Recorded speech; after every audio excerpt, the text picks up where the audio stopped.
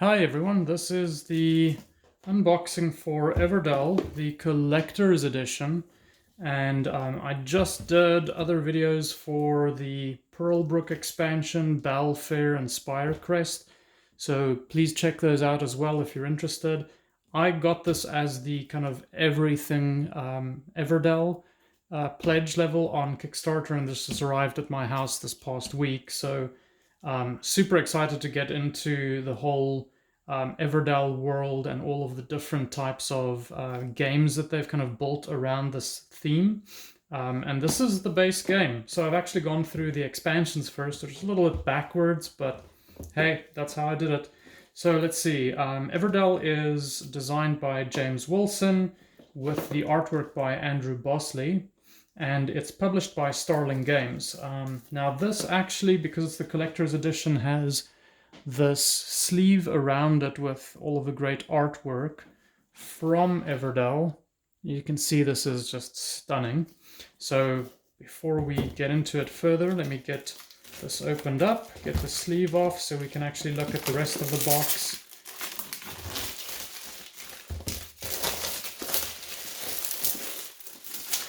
There we go. Okay, and so there's an extra art sleeve. It's got a beautiful glossy cover to it. This is going to look really amazing on any shelf where, if you're a game collector like I am. All right, and there is the familiar Everdell Collector's Edition box.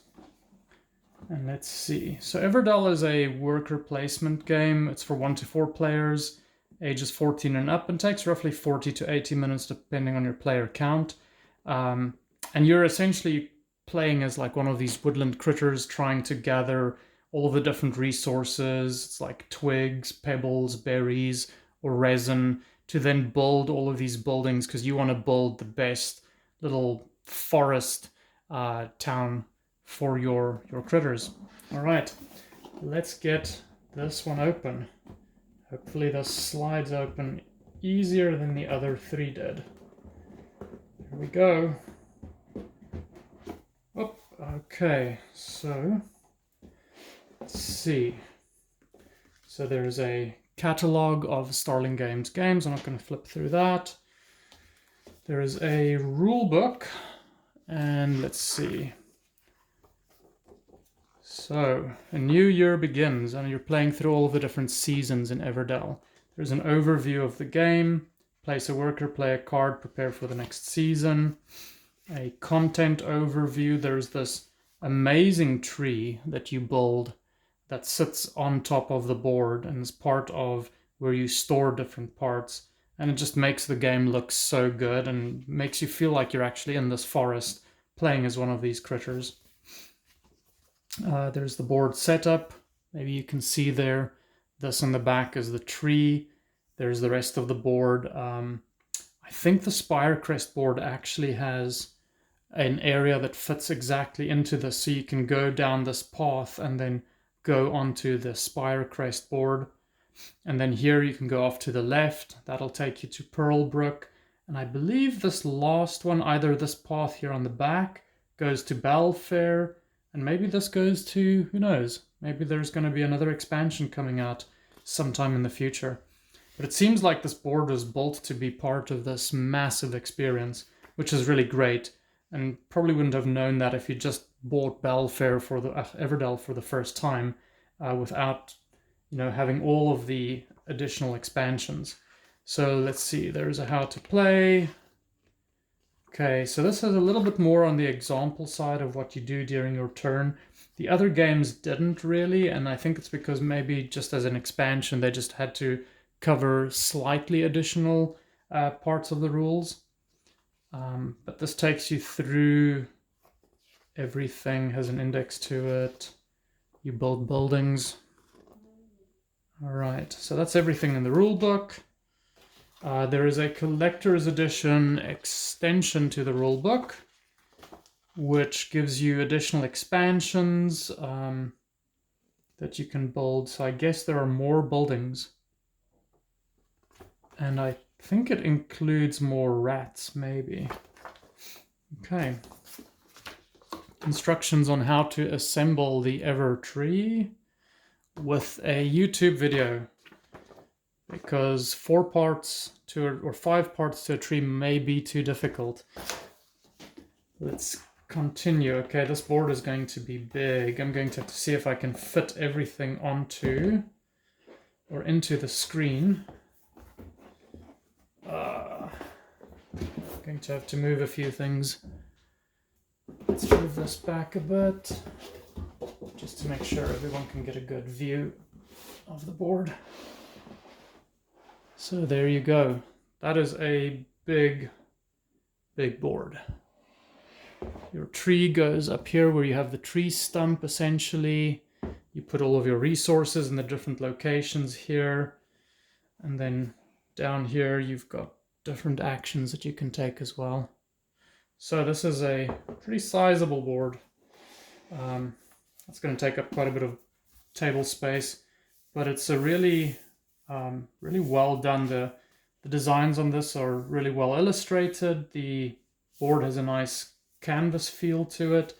So far I've loved every part of the components and the quality of it. These look like they're occupied token stickers. Interesting. It seems like you'd have to attach these almost like in a legacy game. I wasn't aware of that in this. Okay. There are parts of the trees and additional areas that you can interact with. And there's the back of the tree. So far the tree looks like it's going to be amazing to see this on the tabletop. Okay, so the tree does have parts that need to slide into each other, and that's probably why it needs a little bit more of an instruction on how to do it. And there's just more and more coins and tokens and more of these little, they look like hobbit hole doors almost. I guess in this game they're going to be critter dwellings. Okay, let's have a look at some of the meeples now.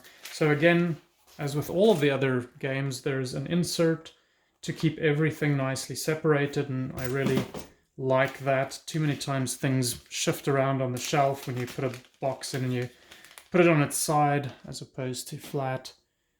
So this looks like a mouse. And there are a bunch of those. Then what else do we have? Here's a bag full of critters. Squirrels? Tiny little squirrels. Very cute. Whoops. Okay, that one's left us. That looks like a tortoise with its shell. Oh, a big-eared mouse, maybe? And, cutest maybe of all, a hedgehog with what looks like he might be wearing a farmer's hat. Probably wearing a hat. Alright, those are all of the critters there. A big dice with, what is this, 8-sided dice.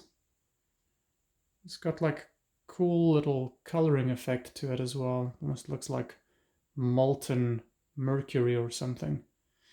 Okay. Metal coins. These are quite heavy and very shiny. Okay. Then we have resin jewels. We have little wooden twig counters. Actually, those are... No, I take that back. These aren't twig counters. These are just additional counters where you're going to put those stickers on. That's what those are. So you can actually move them around on the board. These are the twigs. They're pretty nice. Then you have these berries. And my cat is about to move into the screen, so I apologize for that, but he is very curious, and this is probably the appropriate game for the cat to be in as well. Oh, kitty. Alright. So let's see. These are the berries. Somebody said they're very squishy, but they're kind of hard. So they're not really that squishy, but they look good. Let's see. More coins, one denomination, and then pebbles. Hey, say hi, Mr. Took. Say hi, Mr. Took. Okay. Okay, moving on. We have the cards, not the cats. Well, we do have cats too. I might have to get him out of here. He is getting too cuddly. Yeah, you like this, don't you? Okay, let's see if we can power through with this devious beast. Okay, so these are different creatures that you can come across. Apparently at the carnival there are jugglers, raccoon jugglers, which is maybe appropriate because this little guy looks like he could be a little raccoon. And then let's see. So different creatures that you can find, different events, different locations that you can come across. And the artwork is just amazing. Look at that. Bridge of the Sky. That looks really cool. Okay, so there's a stack of those. There are these smaller cards which also represent more locations that I think you can change out on the board.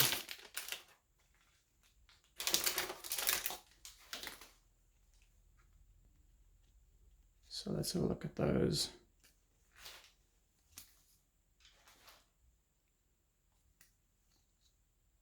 Tax relief. I sure hope that critters haven't invented taxes. That seems like something that's horrible to bring into the woodland realm. Oh, here we go. Do you want to smell them? Yes, you want to smell them. Everything is a new experience to you, isn't it, kitty? There we go. And the last deck, which is a really big deck. Let's see what's in here. Okay, we're going to have to leave now.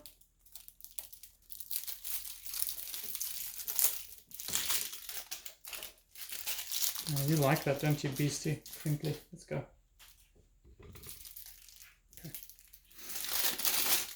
Okay.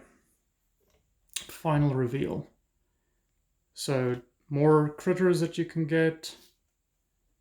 I think you can recruit all of these to do certain things for you.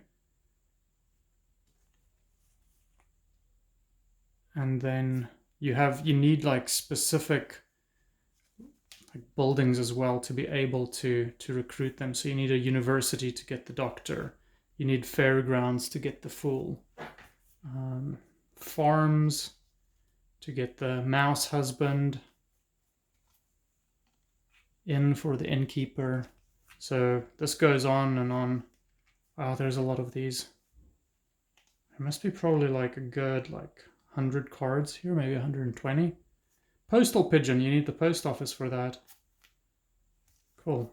Okay, so those continue, and these are all just creatures that give you more benefits and more victory points as you get them into your village. There's a Stumptown Castle, a unique construction. Chapel, that is really beautiful. I like that one a lot. Clock tower looks good. Wow.